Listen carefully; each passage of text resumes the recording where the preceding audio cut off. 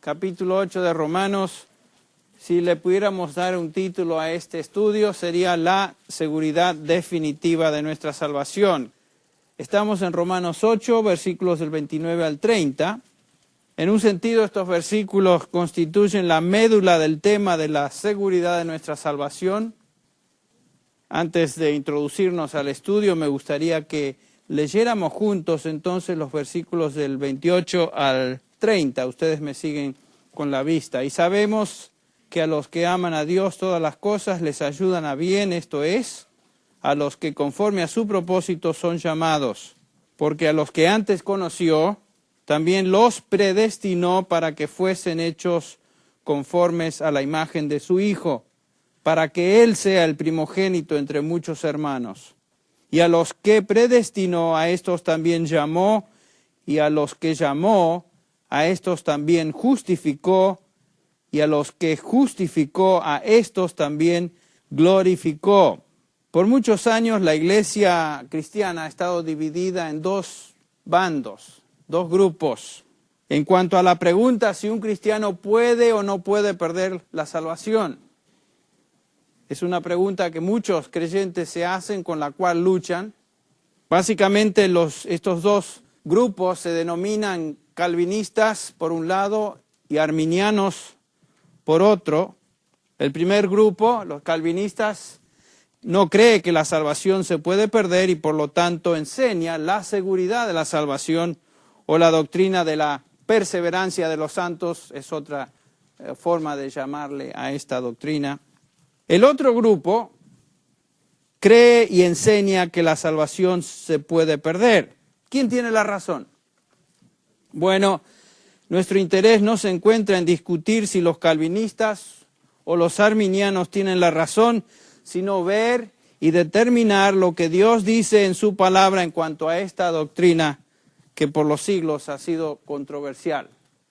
Y realmente es una lástima que haya o exista esta división en la iglesia cristiana en cuanto a este tema, porque no creo que la Biblia sea nebulosa con respecto a este asunto. En la Escritura encontramos mucho acerca de la seguridad de la salvación, pero ningún pasaje contiene una declaración tan poderosa y tan clara como el pasaje que acabamos de leer, que se extiende, entre paréntesis, hasta el versículo 39. Estos versículos nos garantizan sin variación y sin excepción la gloria final de todos aquellos que han sido redimidos por Cristo Jesús. Estamos seguros en nuestra salvación porque este es el propósito de Dios. Todas las cosas ayudan a bien a los que aman a Dios, a los que conforme a su propósito fueron llamados. Este es un propósito eterno. Dios diseñó nuestra salvación completa antes de la fundación del mundo y la llevará a cabo hasta su fin en una eternidad futura. Acuérdense que el pasaje que acabamos de leer termina que a estos que predestinó y conoció de antemano pasaron por varios pasos que vamos a estudiar y finalmente a estos, al mismo grupo, también glorificó.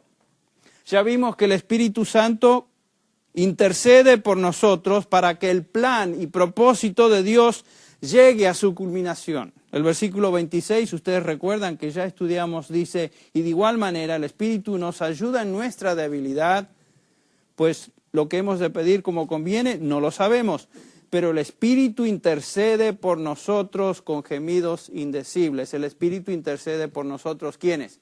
Los cristianos. En el versículo 34 que vamos a estudiar en particular, también nos dice que el Hijo de Dios, Jesucristo, intercede por nosotros con el mismo propósito, para que el plan de Dios sea cumplido. Nos dice el versículo 34, ¿quién es el que condenará? Cristo es el que murió, más aún el que también resucitó, el que además está a la diestra del Padre. ¿Y qué es lo que está haciendo? Intercede por nosotros. Entonces vemos que la Trinidad, Padre, Hijo y Espíritu Santo, colaboran, obran juntos en armonía para garantizarnos la absoluta seguridad de nuestra salvación. El plan y propósito de Dios se va a llevar a cabo sin que nada ni nadie lo frustre o lo perturbe. ¿Cuál es el propósito eterno de Dios para sus redimidos? Los versículos 29 al 30 que leímos nos describen ese propósito. Esta noche en particular nos enfocaremos en el versículo 29 en cuanto a ese propósito, pero antes de entrar de lleno al estudio me gustaría empezar subrayando algunos principios que debemos guardar en mente. El primero es que nos estamos embarcando en un estudio que nos lleva a la infinidad de Dios. Es imposible para nosotros entender con nuestra mente finita las profundidades inescrutables de la verdad de Dios. Hay partes de la verdad de Dios que no podemos entender. A pesar de que el tema sea difícil de entender, creemos que la Biblia es la palabra de Dios y aceptamos todo lo que nos enseña por fe. Si Dios declara algo que es para mí difícil de entender, es absolutamente necio de mi parte rechazarlo, o peor, acusar a Dios de injusticia porque una declaración o alguna declaración suya no cabe en mi mente. Es absolutamente ridículo, sino blasfemo, cuestionar la sabiduría de Dios, cuestionar el amor de Dios, cuestionar la justicia de Dios, simplemente porque en mi mente débil y limitada no pueda comprender todas sus afirmaciones. Eso lo debemos tener presente antes de lanzarnos al estudio. Así que les voy a pedir que entren a este estudio humildemente y lo que no puedan entender o lo que tú no puedas entender, si Dios lo declara, acéptalo por fe y regocíjate en su verdad.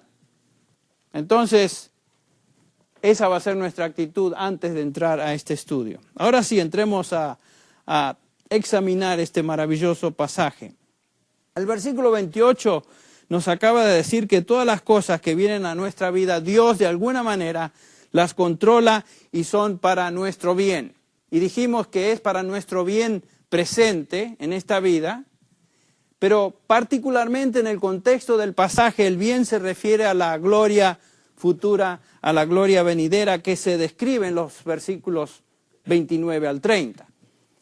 Dios utiliza entonces todo lo que me sucede para mi bien eterno si fui llamado conforme a su propósito. Esta, dijimos, es una promesa exclusiva para los hijos de Dios, para aquellos que han sido redimidos. Este es el llamamiento a salvación. Todas las cosas ayudan a bien a los que conforme a su propósito fueron llamados. Es un llamamiento a salvación, no es simplemente un llamado externo, es un llamado interno que es eficaz, del cual hablamos la vez pasada. Fuimos salvados conforme a su propósito. Y quiero que entendamos algo desde ya. Este pasaje nos enseña que ninguno de nosotros que somos cristianos por una decisión nuestra. Escuche bien. Realmente la salvación no es nuestra decisión, sino su decisión. Fue su decisión.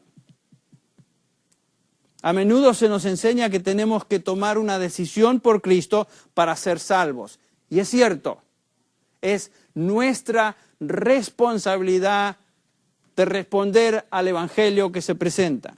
Es nuestra responsabilidad. Es nuestra responsabilidad creer, arrepentirnos de nuestros pecados para ser salvos. Pero como vamos a ver, eso fue una respuesta nuestra al plan y propósito eterno de Dios para sus redimidos. Nosotros simplemente respondimos a Él. Por ejemplo, Efesios 1:3.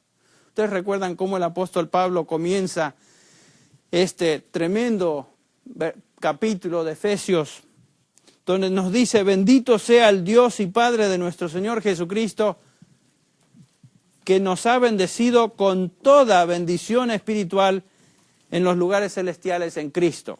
Noten que el apóstol Pablo comienza bendiciendo a Dios, ofreciendo su alabanza a Dios. ¿Por qué? Porque dice que Él nos bendijo con toda bendición espiritual.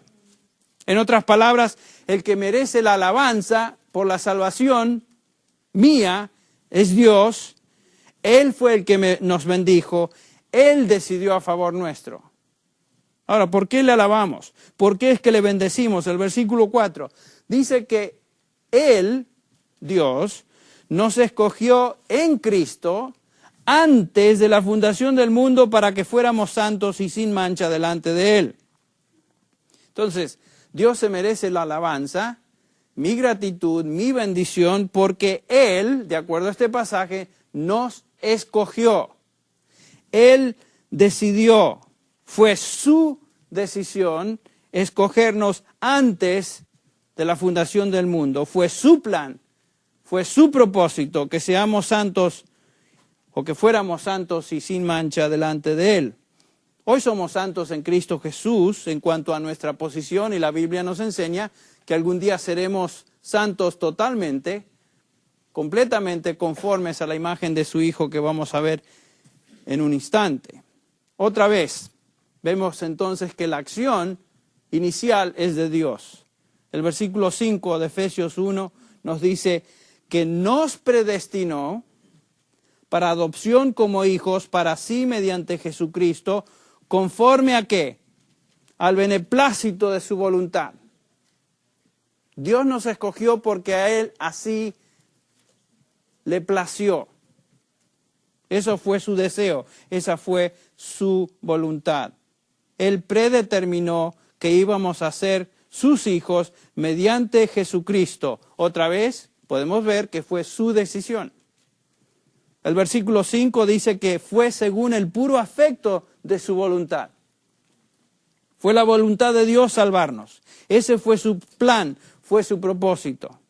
Dios nos escogió antes de la fundación del mundo, o escogió antes de la fundación del mundo a quien iba a ser un hijo suyo o sus hijos por medio de Jesucristo. Ese fue su plan, ese fue su voluntad. La palabra ser o obrar es la palabra energeo, que quiere decir, en castellano, energía. En otras palabras, el poder o la energía por la cual todas las cosas ayudan a bien es su propósito. Nos dice acá que según su propósito de aquel que obra todas las cosas conforme al consejo de su voluntad. Dios ha determinado salvarnos conforme a su plan eterno y poderoso. Y lo digo una vez más, lo repito, la salvación no está basada en lo que tú decides, sino en lo que Dios decide. Muchos de los esfuerzos evangelísticos modernos dejan a la gente con la idea de que la salvación depende de la decisión humana por Cristo. Capítulo 8 de Romanos, si le pudiéramos dar un título a este estudio, sería la seguridad definitiva de nuestra salvación. Estamos en Romanos 8, versículos del 29 al 30. En un sentido, estos versículos constituyen la médula del tema de la seguridad de nuestra salvación. Antes de introducirnos al estudio, me gustaría que leyéramos juntos entonces los versículos del 28 al 30. Ustedes me siguen con la vista. Y sabemos que a los que aman a Dios todas las cosas les ayudan a bien, esto es, a los que conforme a su propósito son llamados. Porque a los que antes conoció, también los predestinó para que fuesen hechos conformes a la imagen de su Hijo, para que Él sea el primogénito entre muchos hermanos. Y a los que predestinó, a estos también llamó, y a los que llamó, a estos también justificó, y a los que justificó, a estos también glorificó. Por muchos años la iglesia cristiana ha estado dividida en dos bandos, dos grupos, en cuanto a la pregunta si un cristiano puede o no puede perder la salvación. Es una pregunta que muchos creyentes se hacen, con la cual luchan. Básicamente estos dos grupos se denominan calvinistas por un lado y arminianos por otro. El primer grupo, los calvinistas, no cree que la salvación se puede perder y por lo tanto enseña la seguridad de la salvación, o la doctrina de la perseverancia de los santos, es otra forma de llamarle a esta doctrina. El otro grupo cree y enseña que la salvación se puede perder. ¿Quién tiene la razón? Bueno, nuestro interés no se encuentra en discutir si los calvinistas o los arminianos tienen la razón, sino ver y determinar lo que Dios dice en su palabra en cuanto a esta doctrina que por los siglos ha sido controversial. Y realmente es una lástima que haya o exista esta división en la iglesia cristiana en cuanto a este tema, porque no creo que la Biblia sea nebulosa con respecto a este asunto. En la Escritura encontramos mucho acerca de la seguridad de la salvación, pero ningún pasaje contiene una declaración tan poderosa y tan clara como el pasaje que acabamos de leer, que se extiende, entre paréntesis, hasta el versículo 39. Estos versículos nos garantizan sin variación y sin excepción la gloria final de todos aquellos que han sido redimidos por Cristo Jesús. Estamos seguros en nuestra salvación porque este es el propósito de Dios. Todas las cosas ayudan a bien a los que aman a Dios, a los que conforme a su propósito fueron llamados. Este es un propósito eterno. Dios diseñó nuestra salvación completa antes de la fundación del mundo y la llevará a cabo hasta su fin en una eternidad futura. Acuérdense que el pasaje que acabamos de leer termina que a estos que predestinó y conoció de antemano pasaron por varios pasos que vamos a